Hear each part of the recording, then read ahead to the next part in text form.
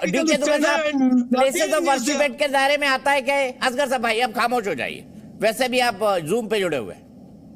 देखिए दीपक भाई, कानून को बेसिकली समझना चाहिए कि सीपीसी काम कैसे करता है, यानी कि सिविल प्रोसीजर कोड काम कैसे करता है। और ये सिविल प्रोसीजर कोड का यानी कि सिविल का मामला है। मामला ये है कि कानून और फैक्ट, हम कानून तब लगाते हैं जब हम फैक्ट कलेक्ट कर लेते हैं। बिना फैक्ट के कानून नहीं लगाया जा सकता, सीधे कानून को नहीं लगाया जा सकता।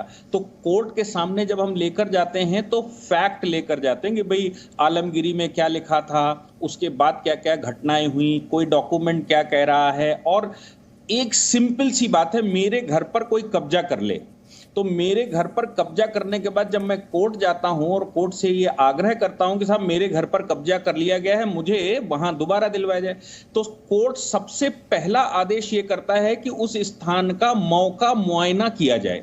ये असगर खान साहब बता देंगे। तो मौके मुआयने को हम कमीशन कहते हैं कि कोर्ट एक कमीशन अपॉइंट करता है, कहता है भाई वस्तु स्थिति वहां देखकर आओ और देखकर आने के बाद उसकी रिपोर्ट हमारे पास लगाओ।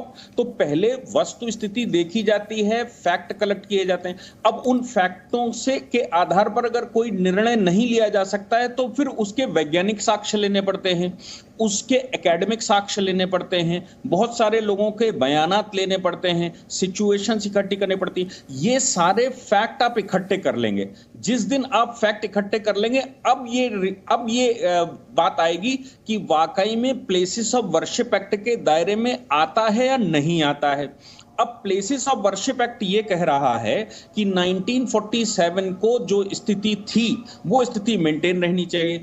अब 1947 को जो स्थिति थी, कैसे पता लगे कि ये मस्जिद है या मंदिर था? तो आपका बोर्ड बाहर लगा हुआ है, लेकिन फैक्ट अंदर से पता लगेंगे, वैज्ञानिक साक्ष्यों से पता लगेंगे कि 47 में क्या सिचुएशन थी। जिस समय साइंटिफिक एविडेंसेस इकट्ठे हो जाएंगे तो जैसे ही पता लगेगा कि नहीं साहब ये मस्जिद थी, ये मंदिर था ही नहीं, तो प्लेसेस ऑफ वर्शिप एक्ट उस पर लग जाएगा। और अगर साक्ष्य ये बताएंगे फैक्ट कि नहीं साहब ये मस्जिद नहीं थी, ये मंदिर था, केवल मस्जिद का बोर्ड बाहर लगा हुआ है, तो प्लेसेस ऑफ वर्शिप एक्ट खुद ये कहेगा कि ये मंदिर है, ये मंदिर को हैंड ओवर कर दिया जाए, ये इलीगल ऑक्यूपेशन है, इसको वापस कर दिया जाए।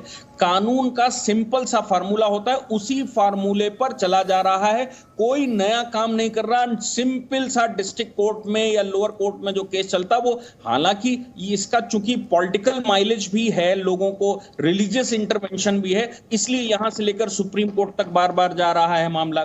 दूसरा, रिलीजियस इंटरप्रिटेशन इसलिए है क्योंकि हाई कोर्ट ने शिवलिंग के साइंटिफिक एविडेंस इकट्ठे करने का ऑर्डर कर दिया था, वो सुप्रीम कोर्ट चला गया, सुप्रीम कोर्ट ने उसको स्टे कर दिया शिवलिंग के मामले में। और सुप्रीम कोर्ट ने कहा हमें टाइम दीजिए, हम पहले सरकारों का इस पर आ जाने दीजिए, सरकारें अपना अपना रिपोर्ट लगा ले। सरकारों ने भी कहा कि अभी थोड़ा सा समय दे दीजिए, तो शिवलिंग के साइंटिफिक खोज के लिए थोड़ा स्टे कर दिया गया। लेकिन बाकी परिसर जो है उसको तो कोई समस्या नहीं, क्योंकि शिवलिंग तो ये कहा जा रहा है कि ये स्वयंभू शिवलिंग है और ये आदि विश्वेश्वर हैं। आदि विश्वेश्वर हैं कि मतलब इनको खंडित नहीं किया जा सकता, इनको वैसा ही रखना पड़ेगा। और जो सर्वे किया जाएगा उसके लिए बहुत ज्यादा हमको हाई टेक्नोलॉजी इस्तेमाल करनी पड़ेगी, इसलिए शिवलिंग को छोड़कर बाकी का आदेश दे दिया गया है। कोर्ट आएगी तब ये पता लगेगा कि प्लेसेस ऑफ वर्शिप एक्ट के तहत 1947 में इस पर कौन है, इस पर मस्जिद है या मंदिर है,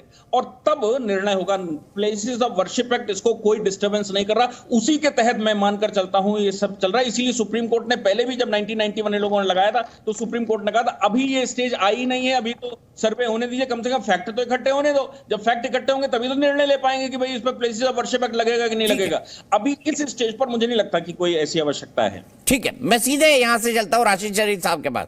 राशिद शरीफ साहब, आज कोर्ट ने मुसलमान जो अंजुमन इस्लामिया मस्जिद कमेटी है उसके इस तर्क को अस्वीकार कर दिया कि औरंगजेब बहुत अच्छा शासक था, उसने कोई मंदिर नहीं तोड़ा, उसने मंदिर बनवाए। बल्कि कोर्ट ने यह कहा कि भाई आप पता लगाइए कि ये पहले मस्जिद था या मंदिर था। आपको तो राशिद साहब, चलिए असगर साहब के पास ही चलते हैं। असगर साहब, क्या कहेंगे डीके दुबे जी की बात पर? अभी भी आप 1991 प्लेसेस ऑफ वर्शिप एक्ट पे अड़े रहेंगे कि उसी के दायरे में आता है? अगर दायरे में आ रहा होता तो लोअर कोर्ट सुनवाई क्यों करता? नहीं, इसमें हाई कोर्ट ये जांचने के लिए क्यों कहता कि ये शिवलिंग है या ना, इसका साइंटिफिक पक्ष पता लगाया जाए? नहीं, तो वो तो खैर शिवलिंग की तो हम बात नहीं करते, जो कि बात निकलेगी तो दूर तो लग जाएगी। कहाँ दूर तक चले जाएगी असगर भाई? इतिहास आप भी जानते हैं, मैं भी जानता हूँ। हमें हमें नहीं जाएगी, सब जाएगी। कहाँ तक जाएगी बताइए ना मुझे। शिवलिंग की आप बात कर, हमें इस बात पे अफसोस होता है। हम खुद इज्जत करते हैं हर धर्म की उस पहलू की जिसके उस धर्म के मानने वाले इज्जत करते हैं। जैसे शिवलिंग की बात कर रहे हैं, हमें अफसोस होता है कि आप शिवलिंग की तौहीन करते हैं, फुआरे को शिवलिंग कह के।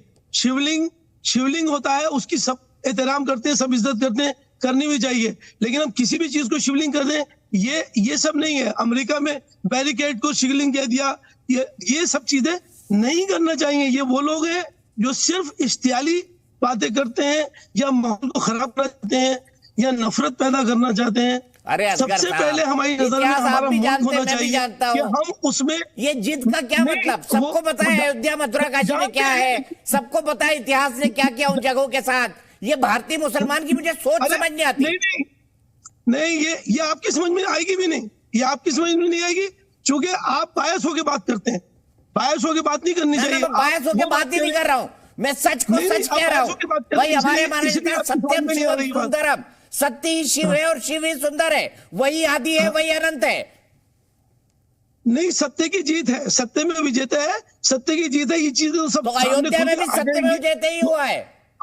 अयोध्या में भी सत्य में विजेता ही हुआ है। ये तो इनिशियल स्टेज है, अभी उसके लिए हम कुछ नहीं कह सकते। बिल्कुल इनिशियल स्टेज है। अयोध्या में तो हो गया ना सत्य में विजेता। अरे अयोध्या में क्या हो गया, क्या हुआ अयोध्या में? ये तो मैं आपसे बार सवाल करूं। आस्था पे वो आस्था की बेस पे ऑर्डर किया गया, वो आपका मंदिर वहां पे नहीं था। ये कोर्ट का फैसला है। कितने जिद्दी हैं आप? जिस बात को आप बार कहते हैं, जिसको यहाँ भी आप कहने की कोशिश कर रहे हैं, वो यही बात अगर आप वहां भी अप्लाई कर लें या वहां की बात यहाँ अप्लाई कर लें, तो कोर्ट ने कहा है कि वहां मंदिर के कोई अवशेष नहीं थे। लेकिन हम आस्था के आधार पर हम आप पढ़िए ना।